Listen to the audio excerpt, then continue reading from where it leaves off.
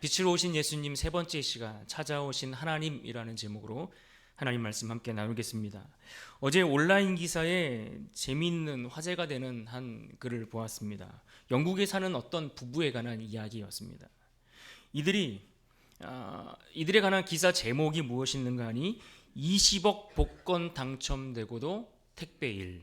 뭔가 딱 제목이 그럴싸하지 않습니까? 제목처럼 이들 부부가 7년 전에 100만 파운드, 약 우리나라 돈으로 20억에 가까운 상금을 받게 되었는데, 그럼에도 불구하고 남편은 택배 기사로서의 평범한 일상을 멈추지 않고 이어갔다라고 했습니다. 흔히 큰 돈의 이 복권 같은 것을 당첨되고 나면 사람들이 이런 평범한 일상들에서 벗어나 새로운 삶을 살려고 하는 경우들이 대부분인데, 그런 모습과는 매우 대조적인 일이었습니다. 그런데 이들 부부가 화제가 된 이유는 따로 있었습니다. 그렇게 그들이 복권이 당첨되고 7년이 지났는데 7년 만에 또다시 동일한 금액의 20억에 한 번 더 당첨된 겁니다. 그래서 이 복권을 운영하는 운영사 측에서 뭐라고 얘기했는가 하면, 이와 같은 행운, 이와 같은 일들이 벌어질 수 있는, 이 행운을 거머쥘 수 있는 확률이 24조 분의 1이다 라고 얘기를 했습니다. 그러니까 24조 분의 1이라는 얘기는 한마디로 불가능한 일이 가능해졌다라는 이야기 아니겠습니까? 그야말로 불가능한 그 확률을 뚫고 그 놀라운 일들이 그 부부에게 펼쳐진 겁니다. 그러니까 이 부부들도 놀라고, 또 이것을 보는 주변의 사람들도 얼마나 그 반응이 뜨거웠겠습니까?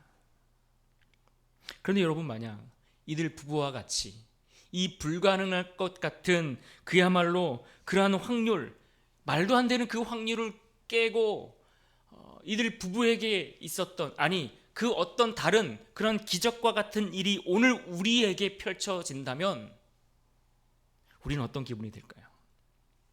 기분이 엄청 째지겠죠. 너무너무 좋을 겁니다. 그 감격과 기쁨, 가슴 벅찬 그 감동이야 말로 표현할 수 없을 겁니다.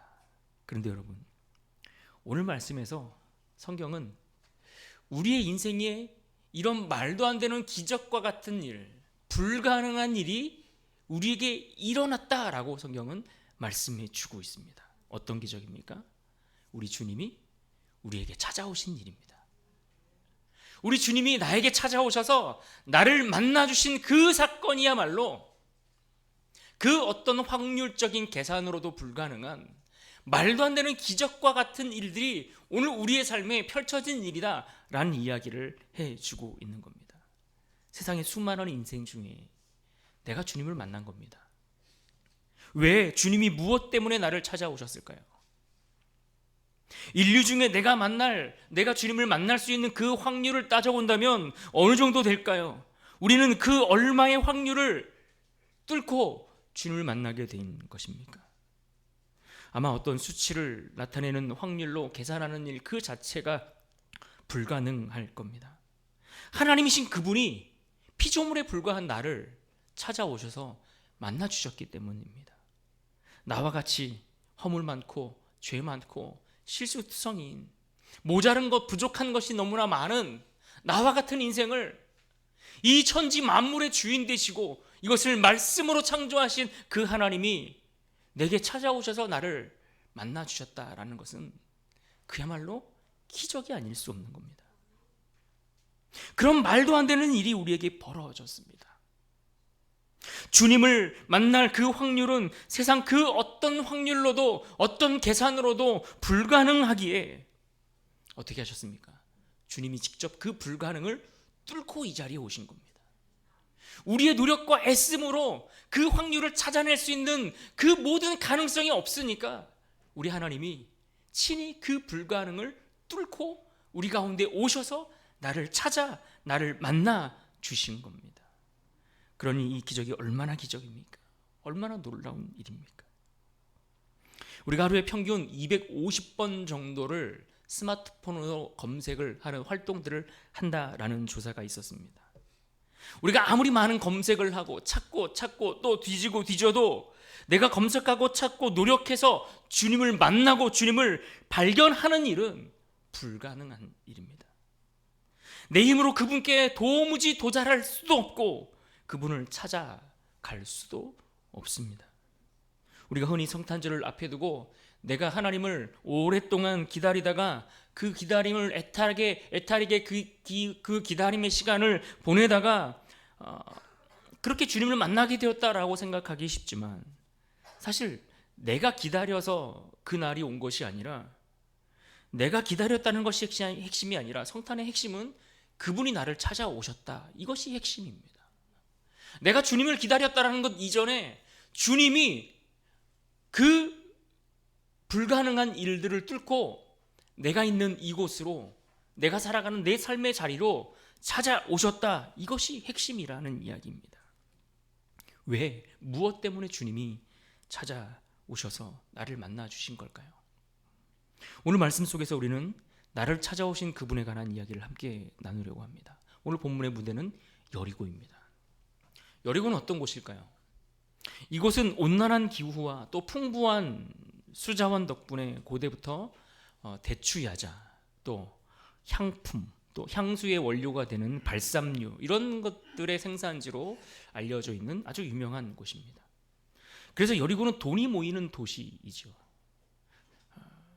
상품과 또 조공이 왔다 갔다 하는 그런 통로의 경제 도시라고 말할 수 있습니다. 그래서 당시 로마 제국은 이 세금을 최대치로 뽑아낼 수 있는 그야말로 현금이 유통되는 그러한 도시, 이곳이 바로 여리고였다라는 이야기입니다. 하지만 안타까운 것은 이 여리고는 철저히 폭력적인 구조 아래, 그 폭력적인 구조 위에 세워진 그 번영을 누리고 있는 도시였던 겁니다.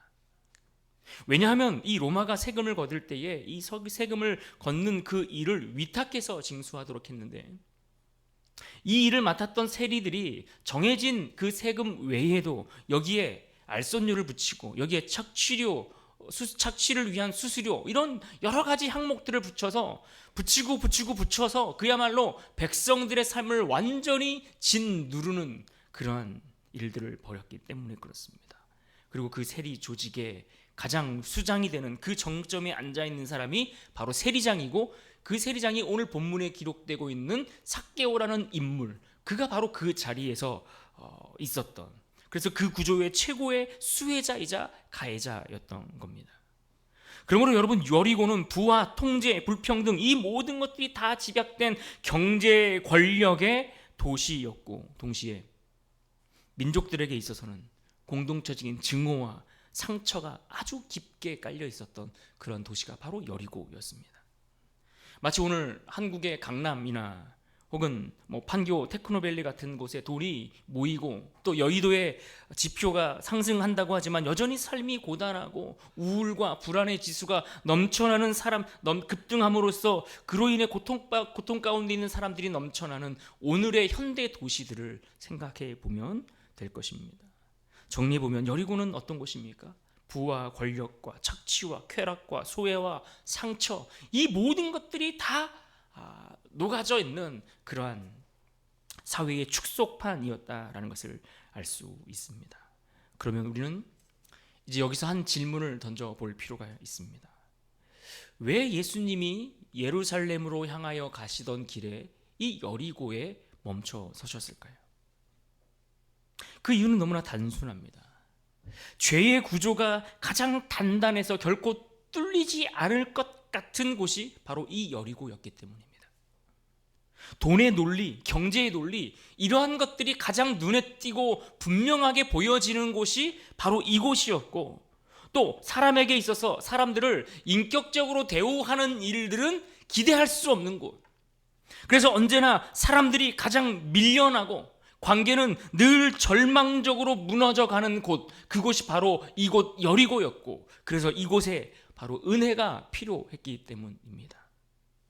그래서 예수님은 지금 이 영적 불모지와 같은 곳일 뿐만 아니라 도덕적 황무지와 같은 이곳에 찾아가신 겁니다. 성공의 냄새는 나지만 그러나 기쁨과 감사는 찾아볼 수 없는 그런 도시를 찾아간 것입니다. 그리고 삭개오는 그 정점에 있었습니다.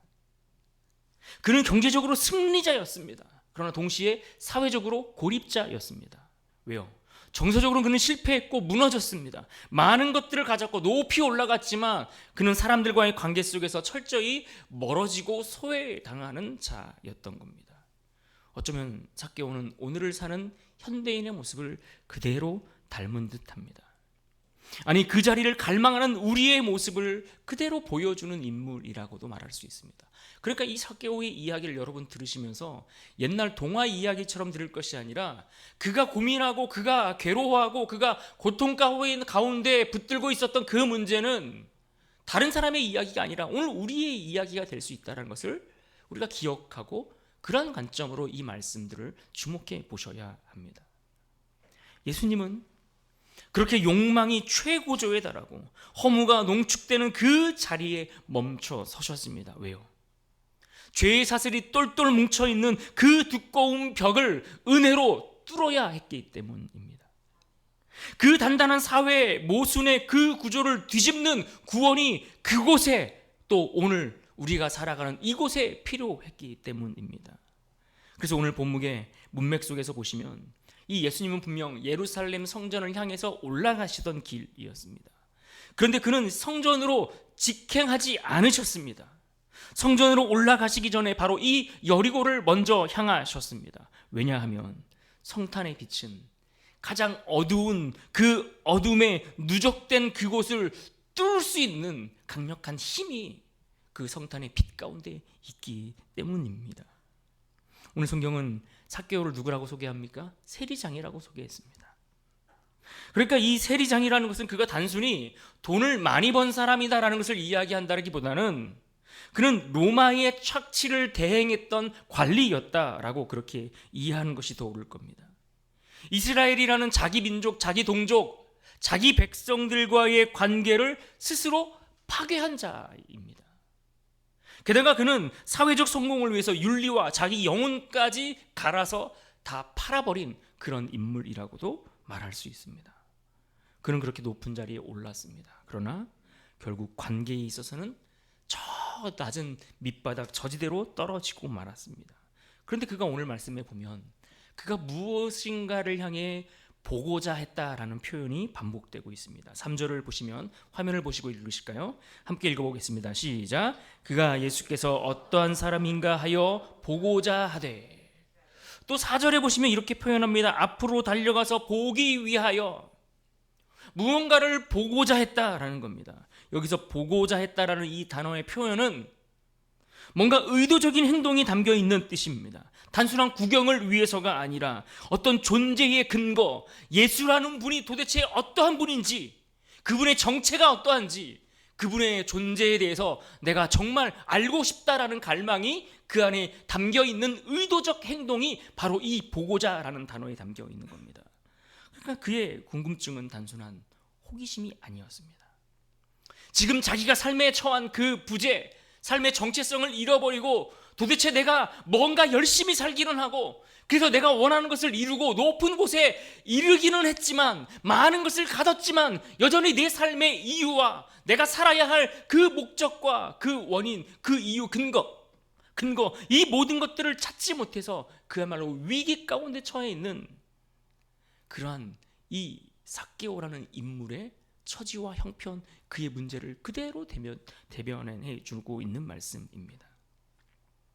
그런데 그의 모습을 보면, 그가 행동하는 모습을 보면 보고자라는 이 단어가 의미하는 것처럼 뭔가 삶의 깊은 갈급함을 가진 사람이 자신의 위기를 극복하기 위해 보여주어야 할 그런 애쓰는 모습과는 전혀 어울리지 않는, 전혀 상반된 그런 행동을 하는 것을 볼 수 있습니다. 4절을 다시 보십시오. 화면을 보시고 한번 읽어볼까요? 시작. 앞으로 달려가서 보리 위하여 돌 무화과 나무에 올라가니. 성경에 보면 삭개오가 키가 작아 사람들이 많아서 예수님을 제대로 볼 수 없었다라고 말씀해주고 있습니다. 그러면 오히려 사람들의 틈을 비집고 들어가서 파고 들어가서 더 앞으로 가는 것이 옳은 행동일 겁니다. 그런데 그는 사람들 틈에 들어가지 않습니다. 그는 절박하고 그는 간절하고 뭔가 삶의 위기가 있다는 것은 알고 있는데 그러나 적극적으로 사람들 틈을 비집고 들어가서 예수님께로 가까이 나아가지 않는다는 겁니다. 그 대신 그가 선택한 곳은 어디입니까? 높은 곳입니다. 높은 나무 위로 올라가는 겁니다. 왜요? 예수님은 자기가 볼 수 있되 예수님이 자신을 보지는 못하도록 적절한 자리에 올라가서 마치 구경하듯, 나는 삶의 문제가 없는 듯, 나는 아무런 어려움과 고통이 없는 듯 자신을 포장하며 그렇게 구경꾼처럼 그 나무 위에 올라 있는 겁니다. 오늘 우리의 신앙이 이렇지 않습니까? 말씀을 듣습니다. 예배 때가 되면 자리에 앉아 한 자리를 차지하고 있습니다. 때로는 기독교 방송을 시청하고 듣기도 합니다. 그렇게 한 주에 수십 개가 넘는 기독교 콘텐츠들을 시청하고 소비하며 살아갑니다. 그러나 정작 주님께 내 삶을 내어놓지는 않습니다. 자기 안에 뿌리 깊이 박혀있는 죄의 패턴을 여전히 숨기고 있고 아무런 일이 없는 것처럼 살아갑니다. 아무리 뒤지고 찾고 생각해봐도 해답을 얻지 못한 그 삶의 딜레마를 그저 봉인해 둔 채 살아가는 겁니다. 그 안에 철저히 어둠 가운데 갇혀 있음에도 불구하고 마치 나는 빛 가운데 살아가는 것처럼 자신을 포장하며 살아간다는 이야기입니다. 종종 우리의 모습을 보면 이처럼 우리의 신앙이 마치 구경하는 사람들처럼 보일 때가 많이 있습니다. 나는 아무렇지도 않은 척, 내 안에 여전히 아무런 문제도 없는 것인 양 자신을 포장한, 그래서 마치 구경하듯 그 자리에 머물러서 한 걸음도 가까이 나아가지 않는 그런 우리의 모습을 발견할 때가 있습니다. 그런데 그때 바로 우리 주님이 찾아오십니다. 5절을 보겠습니다. 5절도 같이 한번 읽어볼까요? 시작. 예수께서 그곳에 이르사 쳐다보시고 이르시되 삭개오야 속히 내려오라 내가 오늘 내 집에 유하여야 하겠다 하시니. 자신을 감추고 포장하고 멀찌감치 마치 구경하듯 바라보고 있는 삭개오에게 주님이 찾아오셨습니다. 그런데 예수님은 많은 군중들이 있었지만 그 군중들에게 말씀하신 것이 아니라 누구에게 말씀하고 있는 겁니까? 삭개오, 그 사람에게 말하고 있는 겁니다. 개인에게 말씀하셨습니다. 그의 이름을 부르며 말씀하셨습니다. 속히 내려오라. 여기서 속히 내려오라는 이 속히라는 단어는 기다리지 말라는 겁니다. 주저하지 말라고 즉각적인 결정을 하라는 명령의 말씀입니다. 대림절에 우리가 기다린다라고 하는 그 시간의 개념을 우리가 잘 이해해야 할 것은 느긋하게 기다리는 기다림이 아니라 그것은 바로 지금이라는 순간을 향하고 있다는 사실을 여러분 기억하셔야 합니다. 아기 예수님의 탄생을 기다리는 기다림은 지금, 바로 지금 이 순간의 때를 향하고 있다라는 것입니다. 그렇습니다. 예수님은 삭개오에게 언제까지 계속 그렇게 보고 있어라 이렇게 말씀하지 않으셨습니다. 내려오라고 했습니다. 속히. 왜요? 더 이상 그가 구경꾼으로 먼 발자취에서 머물러 있기를 원치 않으셨기 때문입니다. 예수님은 우리를 부르실 때에 신앙의 구경꾼으로 부르신 것이 아니라 주님을 적극적으로 따라가는 제자로 부르시기 때문입니다. 사랑하는 여러분, 주님이 여러분을 부르셨습니까? 예수님이 여러분의 인생 가운데 찾아오셨습니까? 그 하늘에 그 높으신 영광을 다 가지신 하나님이 모든 그 불가능의 가능성들을 다 뚫고 오늘 우리 인생 가운데 찾아오셨다면 그 하나님은 우리를 그저 신앙의 방관자로, 신앙의 구경꾼처럼 머물러 있으라고 우리를 찾아온 것이 아닙니다. 우리를 부르시고 우리를 찾아오신 이유는 주님을 더 적극적으로 믿음으로 힘써 따라오라고 우리를 찾아오신 것입니다. 그래서 여러분을 부르신 것입니다. 그래서 여러분의 인생 가운데 우리 주님이 찾아오신 것입니다. 그렇게 예수님은 삭개오의 인생 가운데에도, 그리고 우리 인생 가운데에도 우리를 구경꾼이 아닌 제자로 부르기 위해 찾아오셨습니다. 속히 내려오라고 명령하신 예수님은 5절에서 보신 것처럼 내가 오늘 내 집에 유하여야 하겠다라는 말씀을 하셨습니다. 여기서 우리는 핵심적인 단어 하나를 우리가 생각해 보고 가셔야 하는데, 환대라는 단어가 있습니다. 환대. 어디서 많이 들어본 단어 아닙니까? 우리 식탁, 우리가 식사 규제를 하는 그 곳의 공간의 이름을 환대의 식탁이라고 붙여두었습니다. 이 환대라는 단어는 앞에 화면에 보시는 것처럼 기쁠 환자라는 단어와 대접할 대자라는 단어를 사용하는 그러한 단어입니다. 기쁨으로 누군가를 맞아들이는 것, 그의 존재를 받아들이는 것을 의미하는 것이 바로 이 환대입니다. 신학적 의미로 이 환대는 누군가에게 접근권을 주는 겁니다. 다른 존재가 내 삶의 공간 안에 들어오실 수 있도록 허락하는 것을 의미합니다. 기쁨으로 초대하고 초대받은 그가 내 인생 가운데 들어와 내 삶에 거주하고 머물 수 있도록 허락하는 것을 환대라고 이야기하는 겁니다. 그래서 이 환대라는 의미의 단어가 오늘 5절 말씀에서 내가 내 집에 유하여야 하겠다라고 하는 그 단어가 바로 이 환대라는 단어와 같은 의미를 가지고 있습니다. 헬라어로 메노라는 이 단어는 머무르고 지속하고 거주하는 것을 말합니다. 주님이 우리 인생 가운데 찾아오셔서 내가 너의 인생 가운데 거하여 들어가 거주하기를 원한다 라고 말씀하고 계시는 겁니다. 그러니까 예수님은 지금 삭개오의 마음을 그저 한번 찔러보신 것이 아니라 내가 그의 삶의 시스템 내부로 들어가시겠다라고 말씀하고 계시는 겁니다. 예수님이 삭개오를 향해 나를 지식으로만 두지 말고 나를 네 인생의 그 문 저 멀리 나를 그렇게 놔두지 말고 너의 인생 가운데 너의 삶의 그 중심의 자리로 나를 받아들이라, 초대하고 그것을 허락하라 라고 명령하고 있는 말씀인 겁니다. 예수님께서 이와 같은 명령을 삭개오에게 하셨을 때에 삭개오는 어떻게 반응했습니까? 8절을 보실까요? 삭개오가 서서 주께 여짜오되 주여 보시옵소서 내 소유의 절반을 가난한 자들에게 주겠사오며 만일 누구의 것을 속여 빼앗은 일이 있으면 내 갑절이나 갚겠나이다. 삭개오는 지금 예수님의 말씀을 듣고 울지 않았습니다. 그렇다고 큰 소리로 외쳐 회개를 떠들어댄 것도 아니었습니다. 그의 회개는 소리가 아닌 행동으로 드러났습니다. 그러니까 그의 행동이 곧 회개였던 겁니다. 지금 그가 뭐라고 말하고 있습니까? 소유의 절반을 나누겠다고 했습니다. 지금껏 철저히 자본의 신에 붙들려서 만몬의 신의 그 통치와 그 지배 가운데 받고 살아갔던 그의 인생이 그의 지갑을 열어서 그 삶의 방향을 바꾸겠다라고 이야기하는 겁니다. 게다가 또 그가 저질렀던 그 죄에 대해서 4배나 갚겠다라고 말하는 것은 그 부서질 것 같지 않았던 그 죄의 단단한 구조를 풀어서 조정해서 질서를 새롭게 재배치하겠다라는 이야기입니다. 그러니까 회개는 이런 겁니다. 회개는 미안합니다, 죄송합니다, 잘못했습니다, 그 감정적인 말이 아니라 엉망이 되어버린 질서를 새롭게 재편하는 겁니다. 기독교의 회개는 감정의 폭발이 아니라 관계와 재정과 선택의 모든 방향을 다시 세우는 일, 그것이 회개입니다.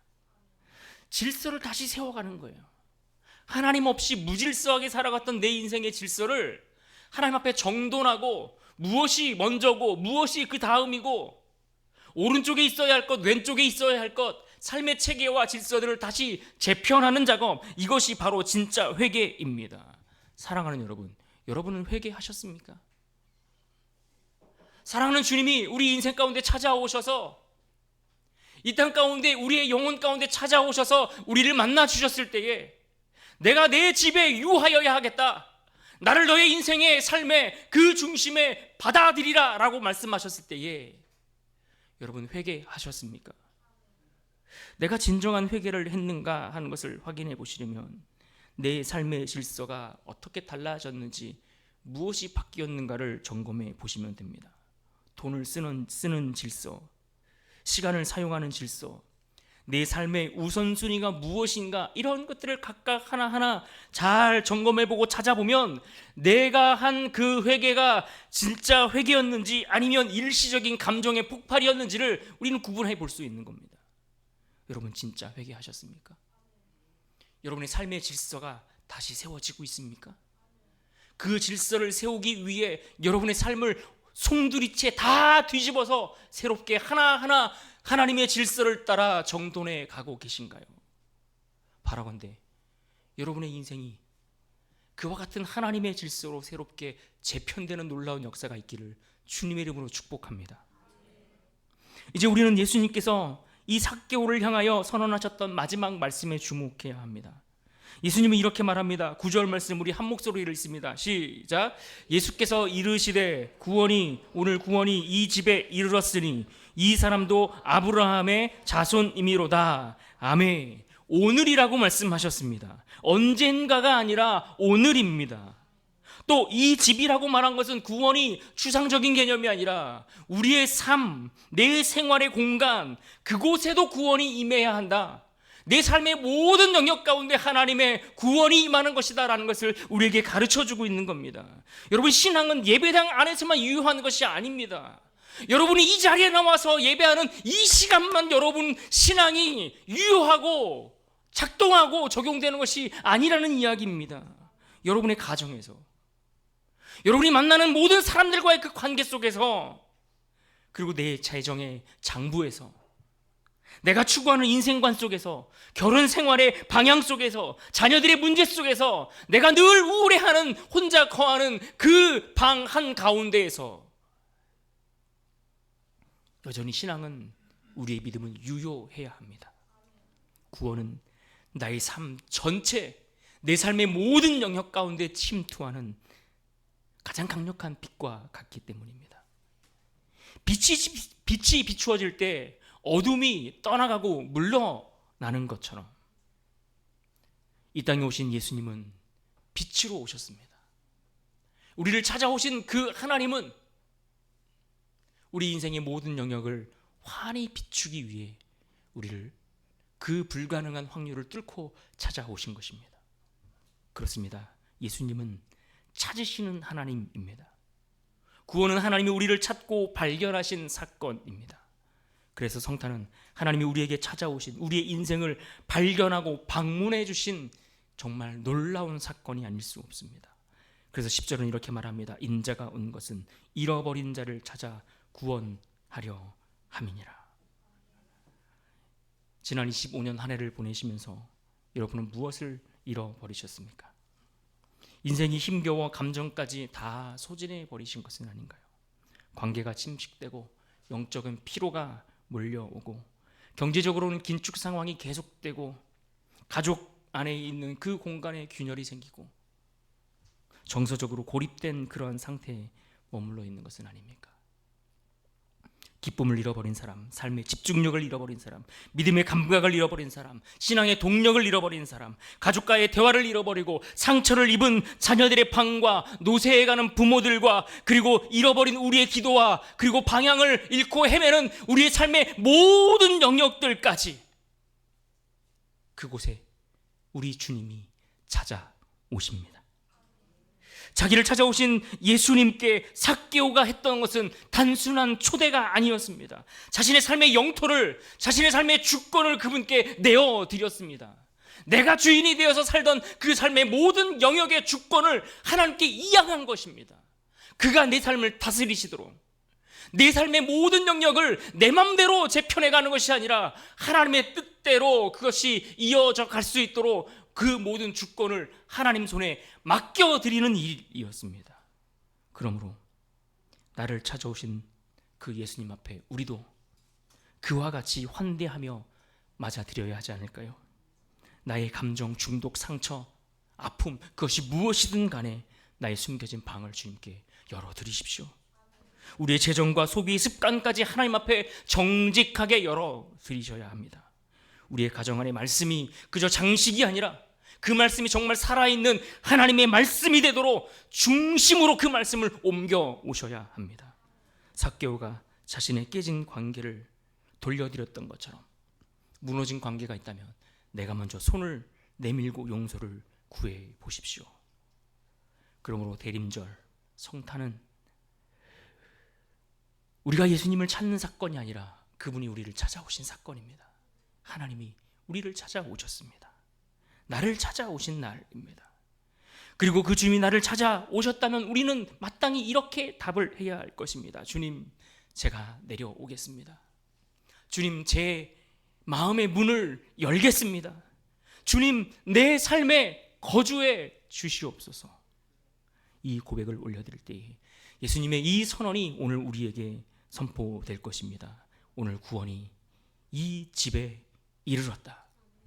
이 구원의 놀라운 축복과 은혜가 우리 모든 성도들의 삶 가운데 넘치기를 주님의 이름으로 축복합니다.